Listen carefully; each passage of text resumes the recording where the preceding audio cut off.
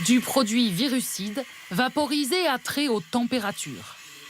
On désinfecte les murs, le sol et toutes les parties communes.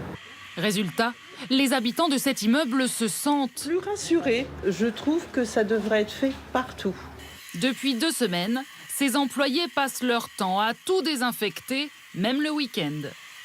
Il y a même des immeubles là où il n'y a pas eu de Covid, par mesure de précaution et de sécurité, ils nous envoient des demandes.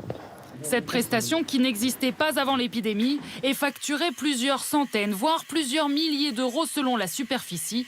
Une manière de relancer l'activité. On a basculé un certain nombre de prestations qu'on faisait dans des bureaux ou dans des commerces, sur des sites importants où on avait besoin d'avoir effectivement des prestations nouvelles, des prestations de désinfection par exemple. Transport, école, commerce, le marché de la désinfection est en plein essor. Mais toutes les entreprises n'en bénéficient pas. Certaines sont même complètement à l'arrêt.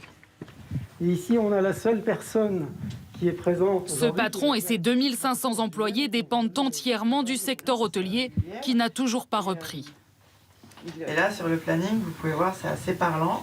Pour cette entreprise, il est pourtant impensable de se tourner vers la désinfection.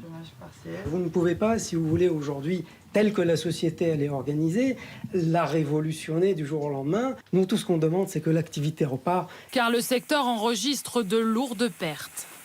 Le chiffre d'affaires des entreprises de propreté, c'est 16 milliards d'euros de chiffre d'affaires sur l'ensemble du territoire.